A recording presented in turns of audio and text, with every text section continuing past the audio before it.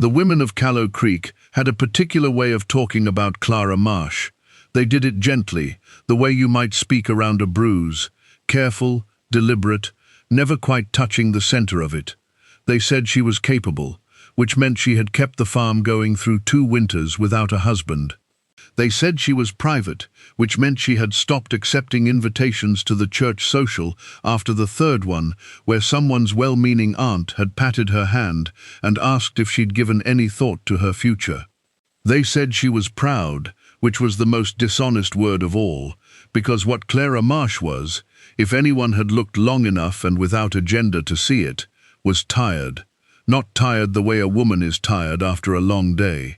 Tired the way a person gets when they have been carrying the full weight of a life that was built for 2 people and doing it alone, and watching the world around them quietly decide what that says about them.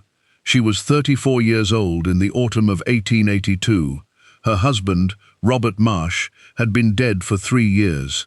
He had died in the spring, quickly, a fever that came on a Tuesday and was finished by Friday, and left Clara with 40 acres outside Callow Creek, a mule named Theodore, 11 head of cattle, a mortgage note due every November, and a 6-year-old daughter named Josephine, who asked for her father every night for the first 8 months, and then, gradually, mercifully, less. The farm was real, the cattle were real. The mortgage was real. What was not real, what Clara had quietly stopped believing in, sometime around the 2nd November, when she had paid the note herself, alone, without asking anyone's help, was the idea that the life she was living was the kind of life people were meant to live indefinitely. She did not say this aloud. She said very little aloud. These days, that was not strictly necessary. She was at the Callow Creek General Store on the last Wednesday of October when she overheard Martha Pruitt tell someone near the yard goods that it was a shame about the Marsh widow. Really, but you had to admit a woman like that, a woman who'd been passed over by every eligible man in the county for 3 years running, you had to wonder if there wasn't a reason. Clara set her flour on the counter, paid, and carried it to the wagon without turning her head. She did not give Martha Pruitt the satisfaction of her face. If this story is already pulling you in, hit that like button and subscribe to The Hidden Acre, and drop a comment telling me where in the world you're watching from. There's something about a frontier love story that finds exactly the people who need it. Let's see who's here. Callow Creek sat at the edge of the Flint Hills in the southeast corner of Kansas, a town that had been substantial enough for 15 years to have opinions about itself and the people living in it. It had a main street with a post office, a livery, a church that doubled as the schoolhouse on weekdays, a general store run by a man named Eustace Glover, who extended credit with the expression of someone conferring a personal favor, and a boarding house called the Hale Inn that the widow Mary Hale had operated since her own husband died, 14 years prior, with a competence so complete that the town had long since stopped noticing it. The town had opinions about Clara Marsh, the way small towns accumulate opinions about people who exist slightly outside their expectations. She had not remarried. She had not sold the farm. She had not, as far as anyone could observe, softened with time into the appropriate posture of a woman in reduced circumstances, grateful, deferential, visible in her need so that people could feel useful offering help she didn't ask for. She hired a hand named Poe, a weathered man of 50, who worked hard and spoke little, and had come through Callow Creek 3 years ago with no apparent history, and had stayed because Clara offered him fair wages and asked him no questions. She paid her note every November with money she earned. She kept her fences. She kept her cattle. She kept, most importantly, her silence about what any of it cost her. The man the town had not yet connected to Clara Marsh in any meaningful way was named Eli Croft.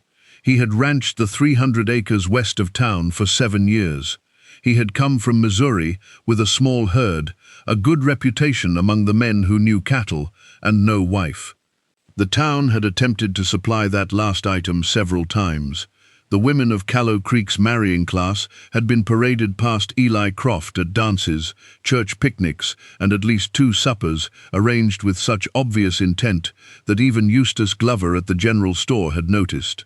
Eli had been polite at each of them, unfailingly decent, and had gone home alone every single time. He was 41. He was tall and broad through the shoulders, in the particular way of men who have done physical work their whole lives and stopped thinking about it. He had a face that looked like it had spent considerable time in weather, and a manner that the town alternately described as quiet and standoffish, depending on whether the speaker liked him. He did not dislike people. He was simply selective about what he said to them and when, having learned somewhere along the way that most conversations were not improved by adding more words to them. He had been married once, briefly, in Missouri. His wife had left him at the end of the 2nd year, not for cruelty. There was no cruelty in Eli Croft to speak of, but because she had wanted a life that the frontier didn't offer and Eli couldn't manufacture, and she had been honest enough to say so before she went. He did not speak of it. He thought of it sometimes, alone, with the particular clarity that comes to a man at the end of a long day when the work is finished and there's nothing left to keep the quiet company. He had his code, the way certain men do. He paid his debts before they were due.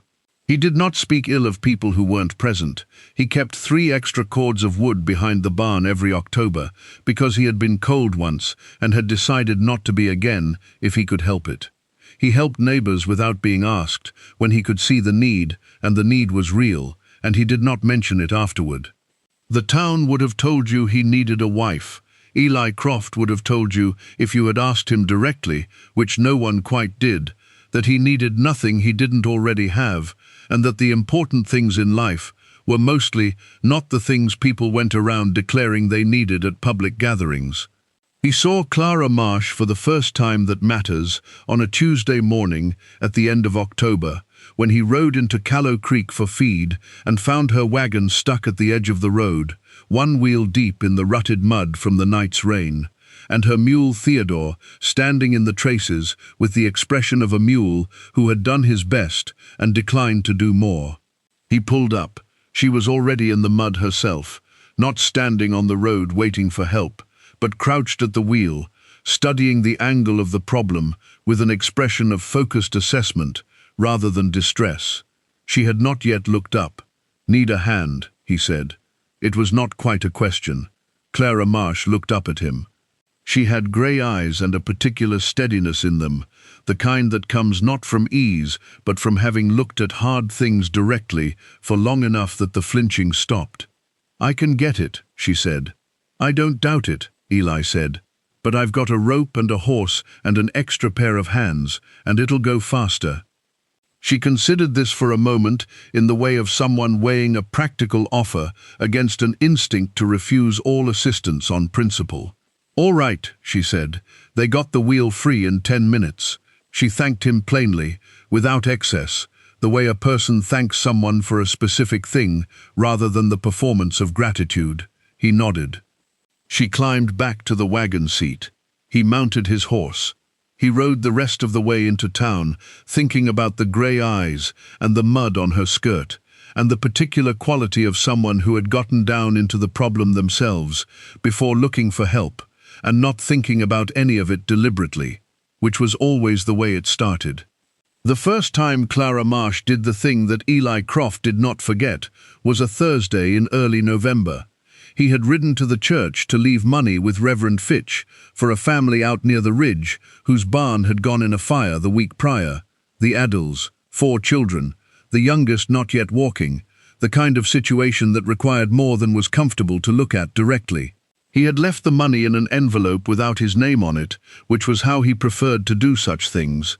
On the way out, he passed the small room adjacent to the church that served as the schoolroom, and through the open door he saw Clara Marsh standing at the front of it. She was not the schoolteacher. She was not officially anything in that room.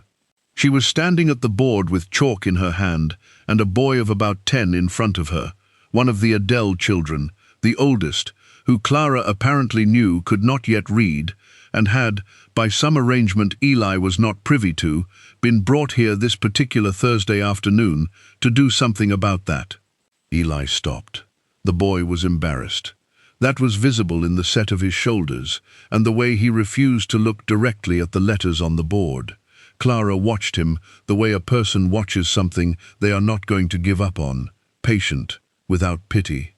"Try it again," she said. Not unkindly, not with the particular brightness of false encouragement. Just, again, as though failure on the first attempt was a normal step in a process and not a verdict. The boy tried it again. "Better," Clara said. "That's the one that trips everyone. Write it 10 times and it's yours." She saw Eli in the doorway and did not react the way a woman might who had been caught doing something private. She simply acknowledged him with a brief nod and turned back to the board. He walked on. He thought about that particular nod for longer than it deserved. The note came on the 2nd Tuesday of November. Clara was in the barn when Poe brought it from the mailbox, a letter from the land office, a formality she had been half expecting but not half prepared for.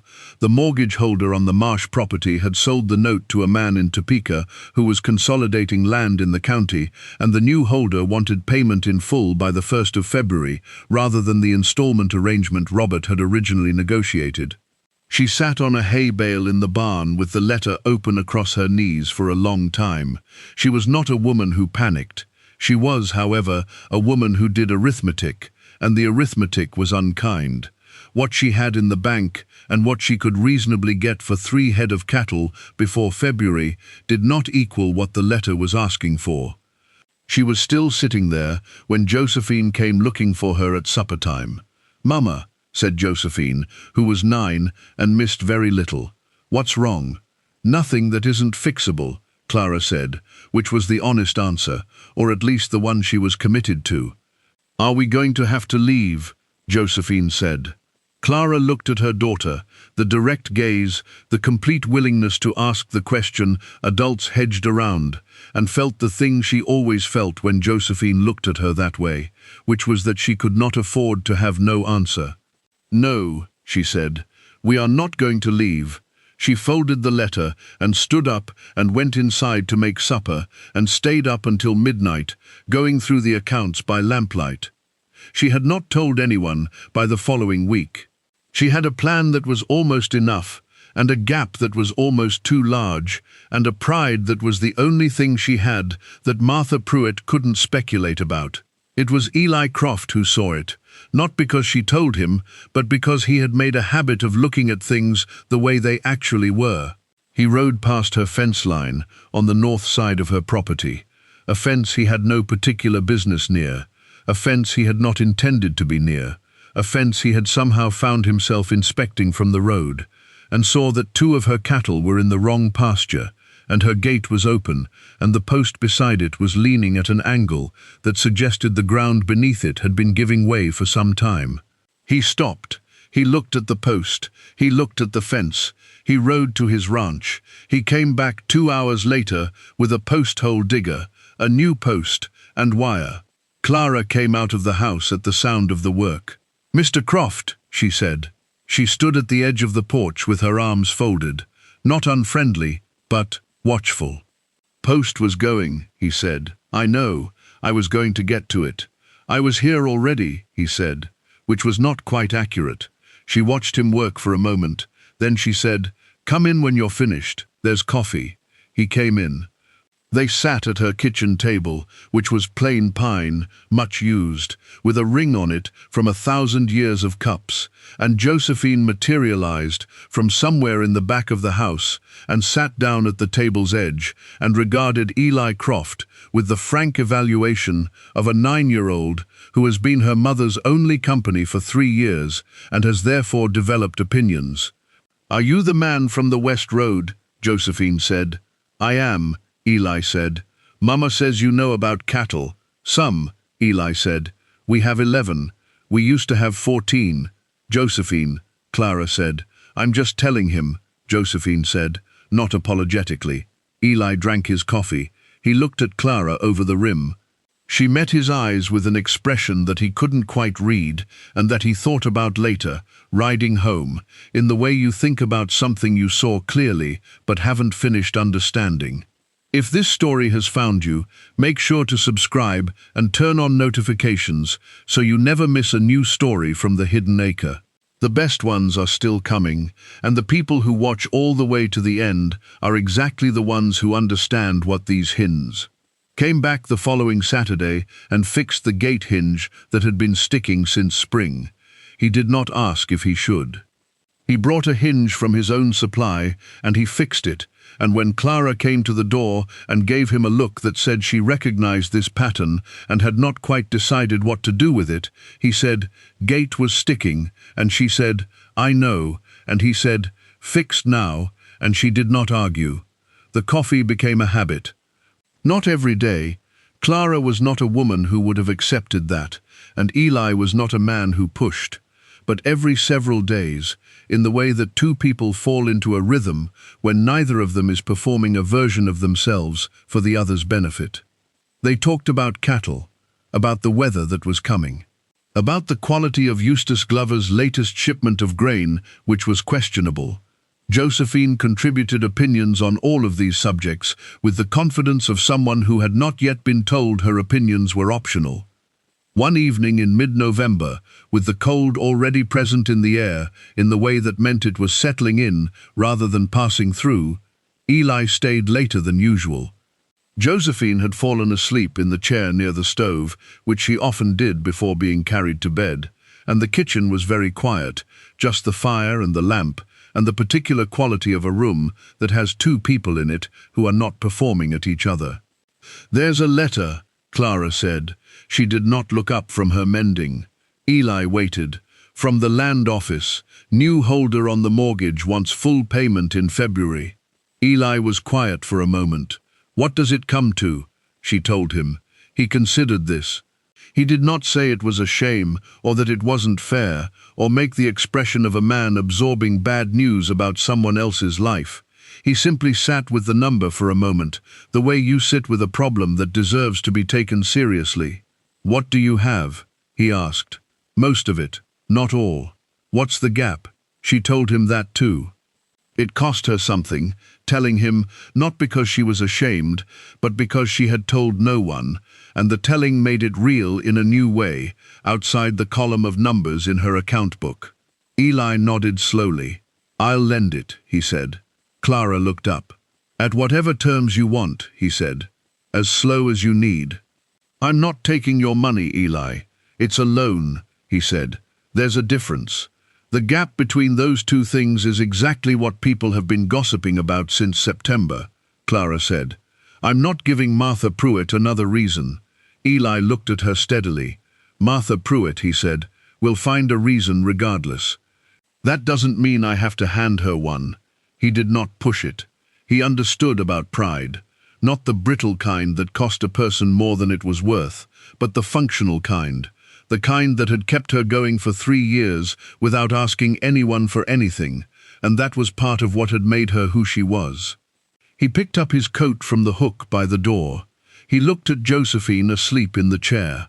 "The offer stands," he said, "whenever you want it." He went home. Clara sat at the table alone for a while. Then she carried Josephine to bed and came back and sat down again and looked at the account book and thought about the particular quality of a man who made an offer and did not press it and left room for no to be a real answer. She thought about that for a long time. The thing that nearly undone it came from outside, which is often how these things work. His name was Peter Lamb. He had been, 3 years ago, a suitor of sorts, a man of means from the county seat who had called on Clara twice in the year after Robert died, before she had made it plain, politely but without ambiguity, that she was not interested. He had not taken this as graciously as a man might, and had said, in front of 3 people at the Callow Creek social that winter, that the Marsh widow was cold enough to frost a window, and that any man who attached himself to that situation deserved what he got.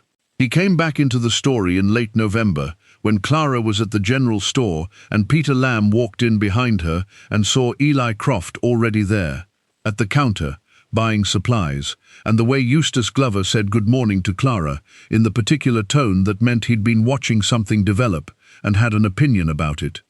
Peter Lamb said, loudly enough for the store to hear, that it was interesting to see Eli Croft doing his shopping on the same morning as the Marsh widow, and that he supposed a man in Eli's position couldn't be too particular, all things considered. The store went quiet. Clara set down the can of coffee she'd been holding and turned around to face Peter Lamb with an expression that was absolutely calm, which was the more dangerous kind. "Mr. Lamb," she said, "I believe you're speaking about me." "Just making an observation," Peter Lamb said. "Then I'll make one too," Clara said. "You came to call on me twice 3 years ago. I said no twice. Whatever you told people after that was your business, but I'm not going to stand in a store and pretend you didn't say it, and I'd rather you didn't pretend I wouldn't notice." Eustace Glover appeared to have found something urgent to do behind the counter. Peter Lamb's face had gone red. "I don't see what Croft sees in it, is all," he said, which was smaller and meaner than his opening had been, and everyone in the store heard it. Eli set down his supplies on the counter without hurrying. He turned around. "I'll tell you what I see," Eli said, quietly enough that the whole store went very still to hear it. "I see a woman who has kept her land and her cattle and her daughter and her word for 3 years without asking anyone's help, and I see a man who couldn't manage a simple no gracefully and has spent 3 years making it her fault." He picked his supplies back up. "I don't have anything else to say to you on the subject." He paid. He walked to the door, held it open for Clara, who picked up her coffee and walked through it without looking back at Peter Lamb. Outside, in the cold, they stood for a moment in silence. "You didn't have to do that," Clara said. "I know," Eli said. "He'll say things now." "He was going to say things regardless," Eli said, which was the same thing he'd said about Martha Pruitt, and Clara recognized the consistency of it, the particular way he assessed what was real and what was noise, and declined to confuse the two. She stood there with the cold coming off the street and looked at Eli Croft, really looked, not the sideways looking she'd been doing for weeks, and felt something shift that she had thought, for 3 years, was too embedded to shift. She did not say anything. She was not ready to say anything. But she did not look away. "Come to supper Saturday," she said instead. "Both of you can. You and Josephine can settle the debate about Theodore's disposition once and for all." Eli almost smiled. "I'll be there," he said. The reckoning, when it came, did not announce itself. It came on a Sunday morning in December, when Eli arrived at the farm to find Poe saddling his horse with the particular urgency that meant something was wrong, and Clara in the field with her arm up the side of a heifer that had been trying to calve since the night before and was in trouble.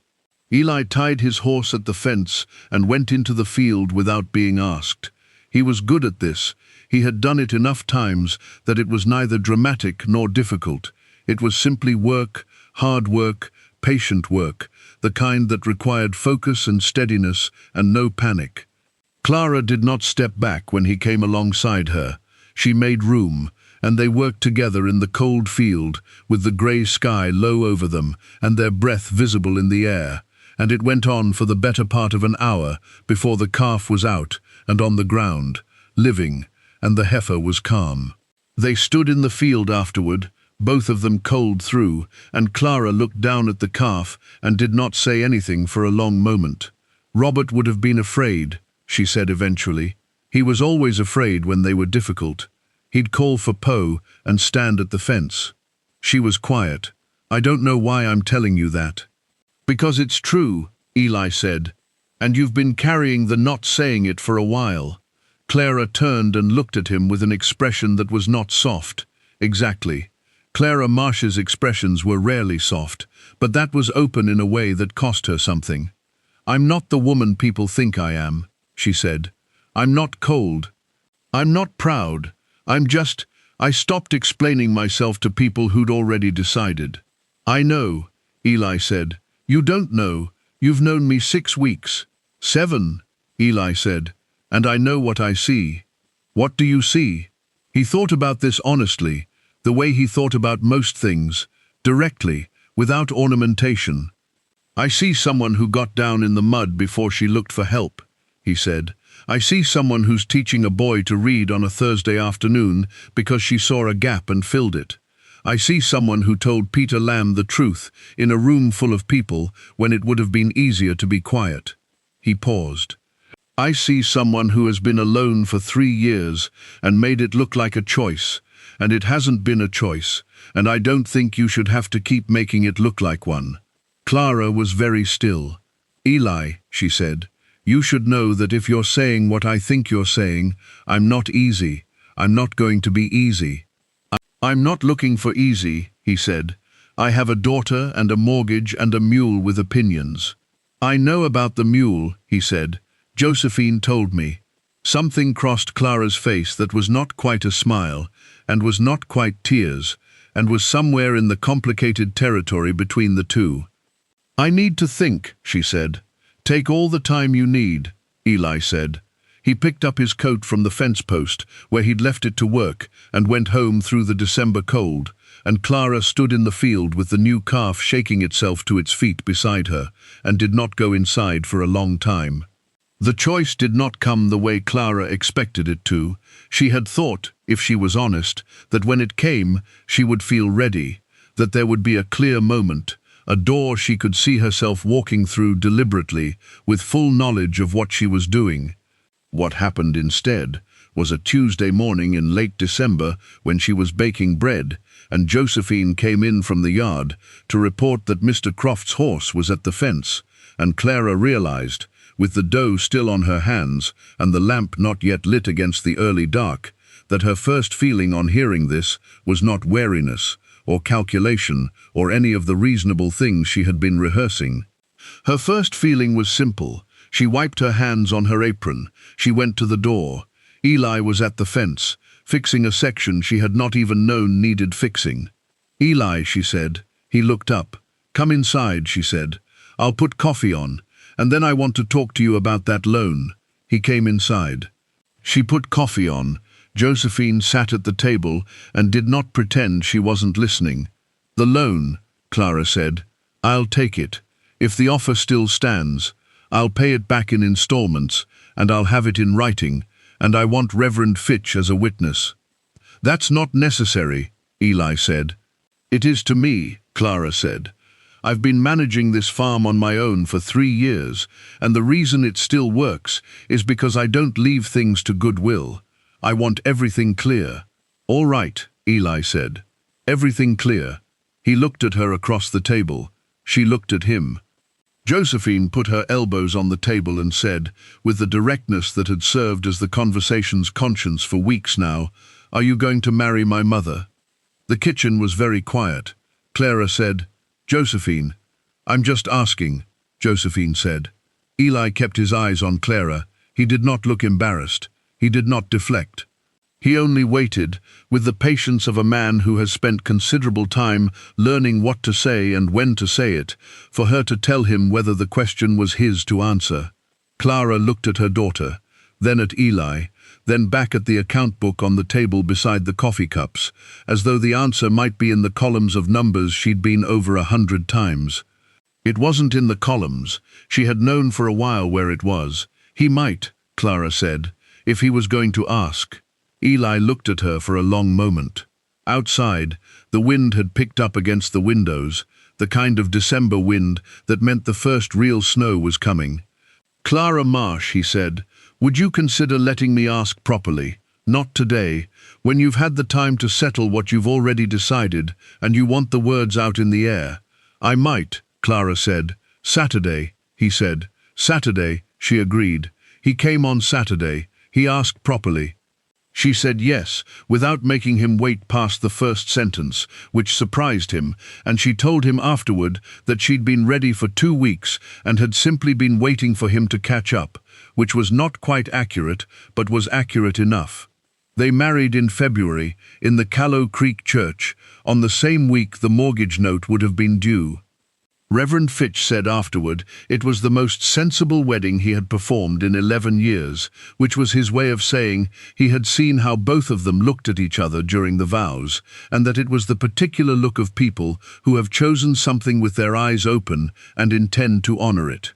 Mary Hale from the boarding house came and brought a pie. Poe stood at the back in his good coat and did not speak, but shook Eli's hand afterward with both of his, which said what he meant. Josephine stood beside her mother during the ceremony and held still for longer than she usually held still for anything, and when Reverend Fitch finished and Clara and Eli turned away from the altar, Josephine reached up and took Eli's hand without ceremony, the way a child takes the hand of someone they've already decided belongs to them. Eli looked down at her. Josephine looked up at him. "Theodore is still going to have opinions," she said.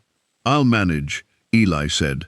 Martha Pruitt came to the reception, which surprised Clara and did not surprise Eli. She said something that was almost an apology, dressed up in enough qualifications that it was difficult to see clearly, but Clara understood the shape of it and accepted it without comment, which was a kind of grace she had not known she had until that moment. The farm became something different after that. Not easier. Easier was not the word, and Clara would not have trusted easier even if it had been offered. It became something more like what it was supposed to be. Eli brought his cattle over to the combined land, which more than quadrupled what the farm had been running before, and they spent the first spring building a second corral and a proper barn that didn't leak. And Poe stayed on, because the work was honest and the pay was fair, and no one asked him questions he didn't want to answer. Josephine learned to ride that summer on a quarter horse Eli had broken the previous fall, patient enough for a 9-year-old who had more confidence than skill and needed the confidence honored before the skill was corrected. She was a natural, which did not surprise Clara and did not entirely surprise Eli either. The mortgage note was paid in full in March, 3 weeks after the wedding, with money from the combined accounts and the small loan renegotiated at terms Clara had written herself and Reverend Fitch had witnessed. She crossed the final number out of the account book with a pen she had used for every other notation in it and set it down, and did not make a ceremony of the moment. Eli watched her from across the kitchen. "Done?" he said. "Done," she said.